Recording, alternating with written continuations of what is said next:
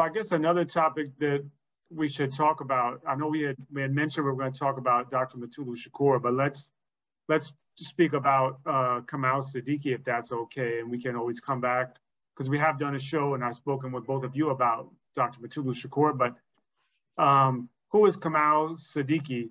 Can we start there? Kamal Siddiqui was Kamal Siddiqui is a veteran member of the Panther Party. He's also a member of the Black Liberation Army. He that functioned in New York, in Brooklyn, New York. He was a co-defendant of Sister Shakur. And just to he was being a co-defendant of Sister Shakur. He was on trial with Sister Shakur when a disturbance broke out in the hallway with the spectators at a federal court building in Brooklyn. And in order to contain the disturbance, they locked Camal and Asada up in the same room. They locked a male and a female prisoner up in the same room, which it was the express purpose of quelling the disturbance. And they looked upon it as possibly their last chance to procreate. And so they did, and they had a daughter was conceived out of that moment of them being contained in the same room. Camal, he did time on all of those charges. Asada was acquitted, but Camal was convicted of kidnapping, bank robbery, etc. And he did time. And when he finished his time, he had a job with the telephone company in New York. The police I don't recall the reasons, but they searched his house and found a weapon, and he was charged with being a felon in possession of a weapon. The FBI told him that they wanted him to help them entrap Asada Shakur. And he disagreed with that. He told them that he didn't want anything to do with them and anything to do with the capture of any freedom fighters. And they told him that if he didn't do that, he would spend the rest of his life in prison. So they dug up an old charge of a policeman being killed in Atlanta, Georgia. It had no witnesses, but they trumped up charges. They trumped up the charges and pursued it.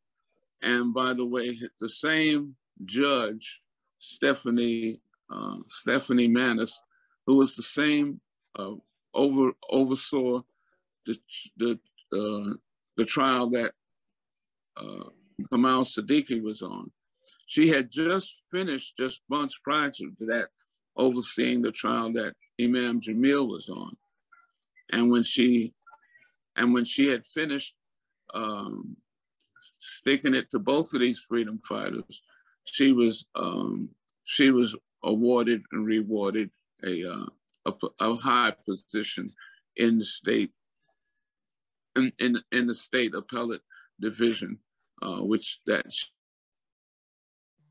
not sure exactly the title, but it's a step up it's to step up the judge's ladder as far as she was concerned. And we feel that was her reward for running those notoriously constitutional rights violating so-called trials. Yeah.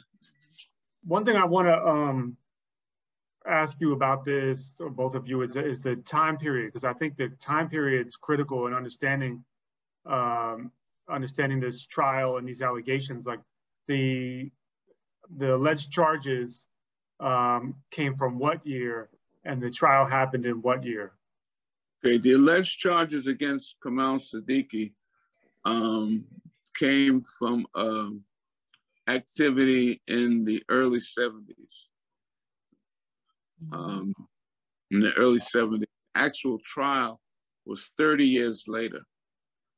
The actual trial was in the early, the actual trial was around 2002, 2003, where the activity of the cop killing in Atlanta was around 1973. And what I think is really wicked about this, I mean, there's so many layers of wickedness, but I think that's something that I want to point out in the layers of wickedness is that it was Homeland Security that dug this, that dug up, you know, this, that decided to reinvestigate this, the alleged the killing of the police officer.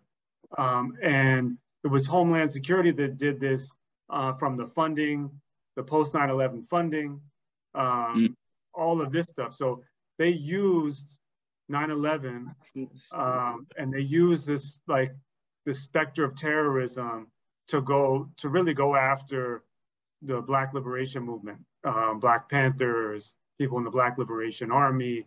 They really weaponized, they got all this funding and reopened these investigations, which to me is particularly wicked and something that needs more discussion. But I don't know if either of you have thoughts on that.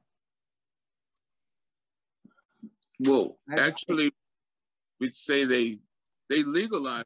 COINTELPRO was illegal, but through the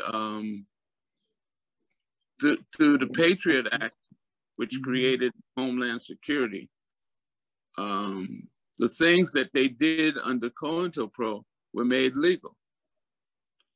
So that's really what it is. The things that were known to be illegal became legal under the Patriot Act. You know, in the COINTELPRO, a lot of cases, some of the cases got to use that evidence to maybe oppose that they were supposedly committing something else. So COINTELPRO got used a lot of times in cases where it proved where a person was because they were under surveillance.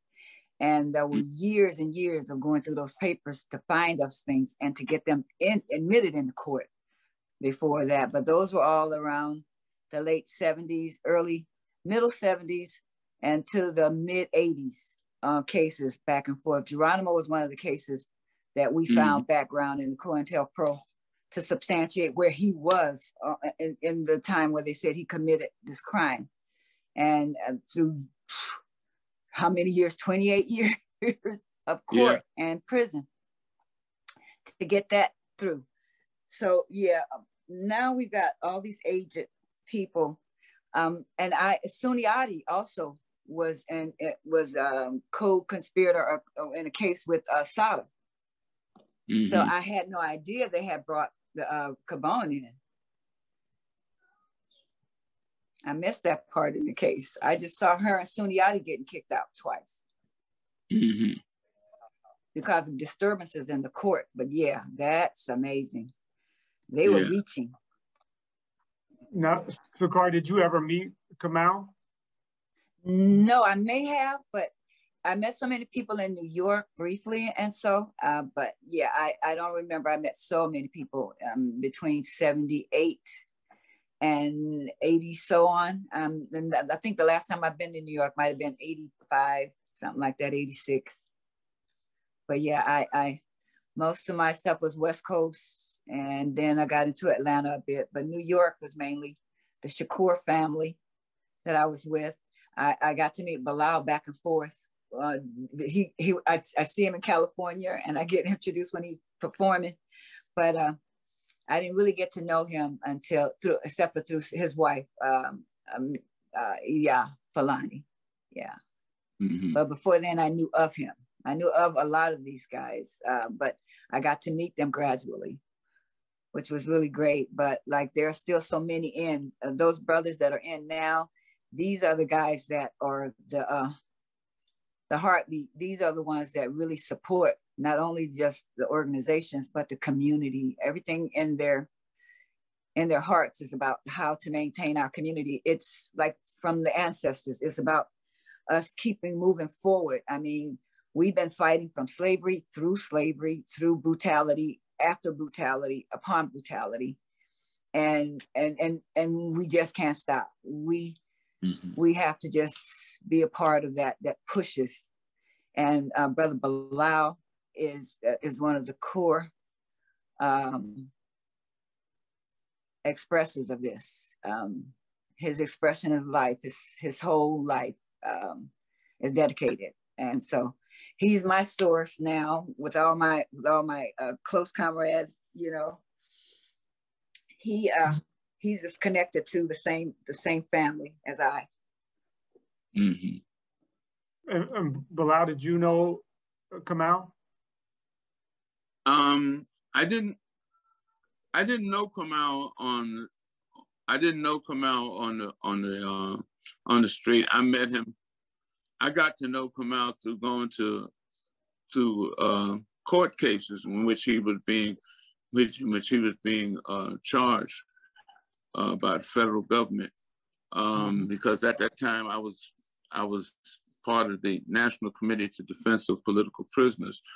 And what I wanted to bring out too is that when we had the National Committee for Defense of Political Prisoners, we also had a formation that had been started by Afeni Shakur and Dr. Mutulu Shakur, called the National Task Force for COINTELPRO Research and Litigation. And like Sukari was talking about different cases where people were being, the COINTELPRO papers, the research was being done, and to show how the surveillance and the disruption of their life at that particular time is what the COINTELPRO program would use to claim they committed a crime, but all the while knowing that they had the proof that the person was innocent.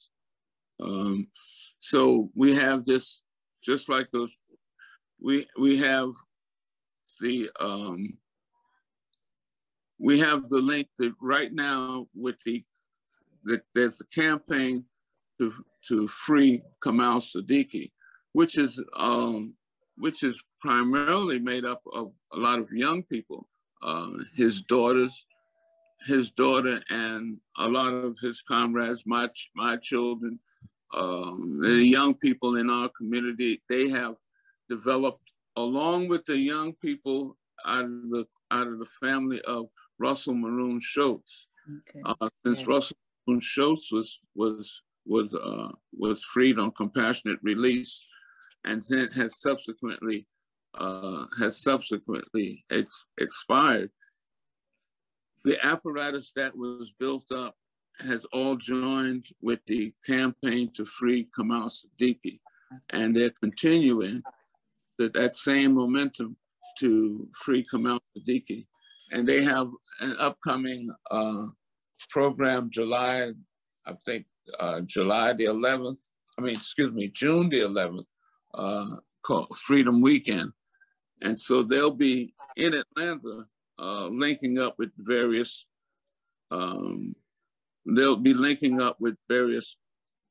political prisoner groups, and they are in the process of expanding and reestablishing some of the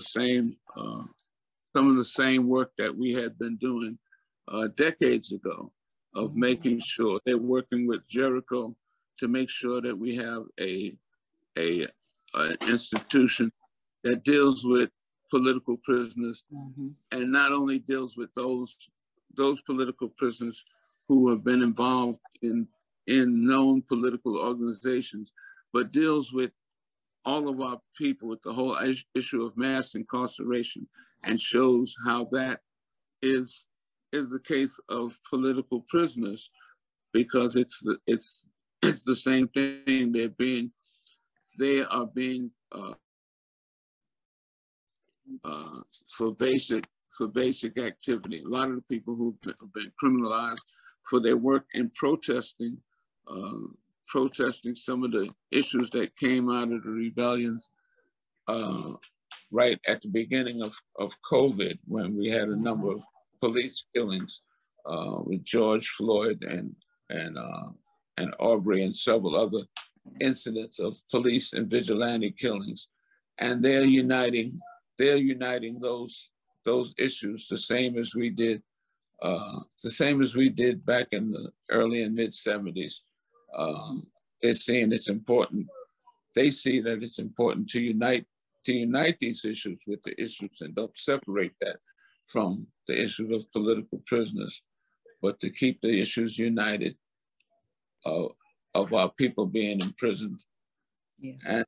And so I'm very excited and very happy to see these young people doing that. As you asked, what's the importance? And I said the importance is that we could all become political prisoners, and they see that, and they're organizing themselves in that regard.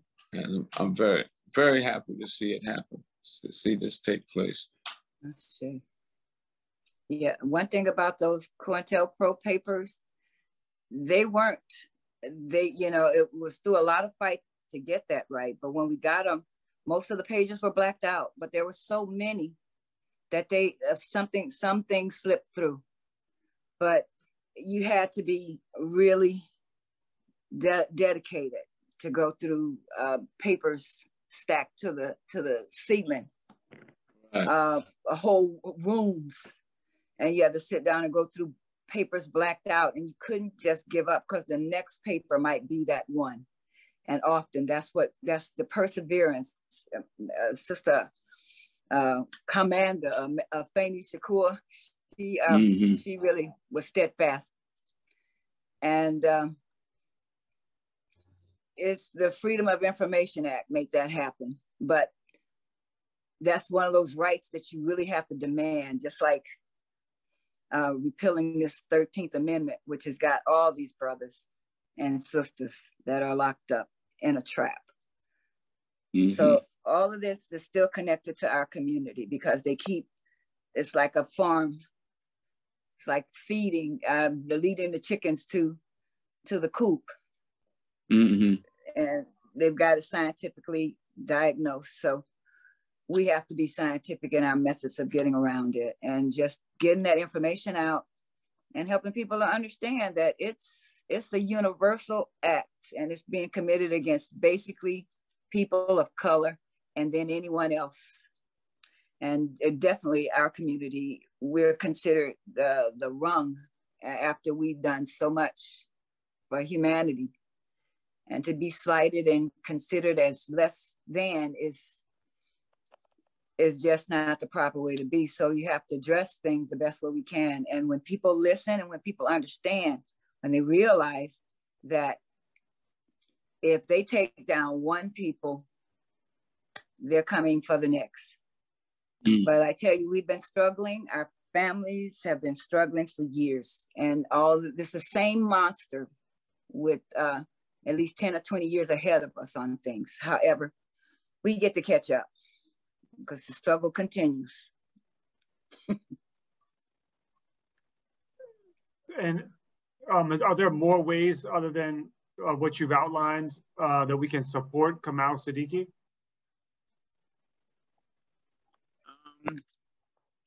Well, if you can go to our website, again, the Imam's Mill website, and you can log on to get information on the development to free Camal Siddiqui. And it's important. One of the things that we've been doing, although we deal with the legal and we deal with the political, and that we with, like in the case of Imam Jamil Alameen, and in the case of Kamal, in the case of Dr. Mutulu Shakur, in the case of Jalil Muntaqeen, we focus on the work that they're doing, on the will become aware of that and get involved, re-involve themselves in with that work, so that the struggle continues, and the fact that they've been incarcerated doesn't impede the struggle. So we feel that helps a lot to bring directly legally for their release. We feel that struggling to bring about the changes that they were bringing about is a very important way, because we say if they had struggled, if the supporters of Nelson Mandela had merely focused legal apparatus, he would never have been out, and he would never have been the head of state. And that's what we have. We have statesmen amongst our freedom fighters. We have statesmen. We have people qualified to be political leaders, buffoons who sit in Congress and sit in the legislature and even sit in the Oval Office. We have people that are much more qualified to that, to people's freedom, to democracy, and we ourselves are constantly involved in creating a society, a just society, that they are capable of leading us further into and further developing. Yeah, and I think it's a really important analogy or to discuss Mandela, because I think it highlights an additional point that we try to highlight on this show, is the importance of internationalism, in the sense that Mandela wouldn't have been freed if it wasn't for the armed support of the Cubans and other countries. And I think it's something, in addition, we've been talking about the need to center the freedom of political prisoners on this show. I think another thing that we try to highlight is the need to be more internationalist in our consciousness and in our movement. And so I think it's important that you pointed out Mandela, because of course the U.S. was pro-apartheid up until the 90s. They supported militarily, financially, politically, internationally. They supported the apartheid up until the very end. And if it wasn't for the Pan-African internationalist support of Cubans and others, Angolans, Namibians, Frelimo, etc., Mandela and apartheid. Mandela wouldn't have been freed, and apartheid wouldn't have ended. It wouldn't have been dismantled. Just like we're involved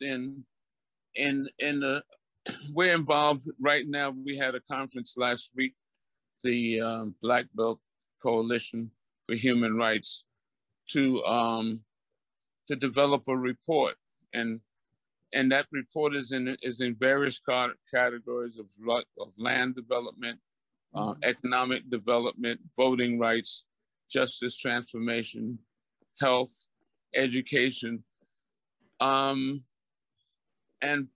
part of that, one of the things that we want to do, although it started out with a design to make a report to the United Nations, we want to be able to make that report to other international bodies. And it's important to promote the fact that at the AU, the African Union, is a 55 nation state member organization. It has 55 members who are all nation states, and they promote the fact that the diaspora, they look at the diaspora as a nation state and welcomes the diaspora to form itself into a nation state legally, so that we could be recognized, we would be recognized as a nation. And so that's part of internationalizing our struggle, is recognizing that different international bodies have a clear view of who the Africans in America are. Africans in America. So the Organization of American States, they have a different view of who the Africans in America are than the United States government has. And the Africans on the continent have a different view of who the Africans in America are. And if we begin to function on what these other how we see ourselves and how these other international bodies of people see us, we'll be much better in focusing on that and organizing around that than just continuing to focus on the so-called political parties, who Imam Jamil calls the Republicrats. Yeah, and I would add that CARICOM might also be of support, you know, the various Caribbean countries, and also China. I mean, in August, I think it was this past August, or you know, there was the Alaska summit where the U.S. thought they were going to call out China for their so-called human rights abuses, which we got into a moment ago. But in reality, China hit back at the U.S. saying, you guys are murdering Black Americans in the street without due process of law, and you're oppressing the Black Lives Matter protesters, in addition to all the people you have locked up. And then it would behoove our movement to at least join with the enemy of our enemy, even if we don't agree with everything that a particular country does. Maybe we do, maybe we don't. The enemy of our enemy, you know, should be someone that we at least be in conversation with to see how we can gain progress in our movement. But it's something that's lacking, you know, in the consciousness of our movement today that wasn't lacking, you know, in the 60s or 70s or before, or even from Paul Robeson's time. Yes. In reality. So I'm talking a lot, but I'm supposed to. International. So I don't know. So we've gone over the allotted time, but I wanted to ask a quick question of both of you. Professor Gerald Horne, who is a mentor and honorary kind of emeritus producer of this show, and in my opinion, the best historian, at least a living historian. He's working on a book that's going to be an incredible, groundbreaking book on the LA chapter of the Panthers. He wanted me to ask either of you if you knew of records, you know, that he could access, or any sort of leads or ideas of how he can enhance his research for the book. Sure, I haven't seen the brothers from Los Angeles since we last got together to salute Geronimo homegoing. But yeah, I think I heard about a book coming out. I'm wondering if one of them is helping as well. I have to find out. I'd have to contact them. Yeah. And I really haven't had contact with with any of the West Coast chapters. My primary work was with the Harlem Bronx chapter, and with chapters on the East Coast, such as Boston, Philadelphia, Baltimore, etc. I figured I would ask just in case either of you had leads. But when his book comes out, I'll get you guys. I mean, it'll probably take a year till it comes out, but I'll get you guys copies, because it'll be probably the best book on the LA Panthers. Okay. And do you have a copy of our book, the Look for Me in the Whirlwind? Oh yes, right here on this side. Yeah. Oh yes. Yeah, that's incredible. And it's interesting because people talk, I mean, this is a whole nother show, but people talk about the Attica Rebellion, but they don't talk about the Panther 12, the Panther 21 rebellion that also happened in the various jails in the city. Right. I think more than one time. And I think that's something we have to have another show on so I can learn more about it. But that was incredible that as in addition to everything else that's covered in the book. But that was a huge piece of information I wasn't aware of in the book. Well, one of the people right around that time when Assata went missing, Brother Bilal, his wife, and a whole host of New York members were under siege. They were either locking them up or holding them hostage somewhere. Mm-hmm. And the brother and the sister just made it past them. It's just quite a story about what was going on. Mm-hmm. Yes, we'll have to do another show on that. Yeah, I'll try to reach some people in LA and find out what's up. Okay. Well, thank you both so much again for coming on the show. Thank you for your time. For, you know, again, it's an honor speaking with you, getting to know you more, learning from you. True honor. So I really appreciate it. And thank you again for your time. Great to meet with you again. Yeah, good seeing you, Ryan. And look forward to the next time. Absolutely.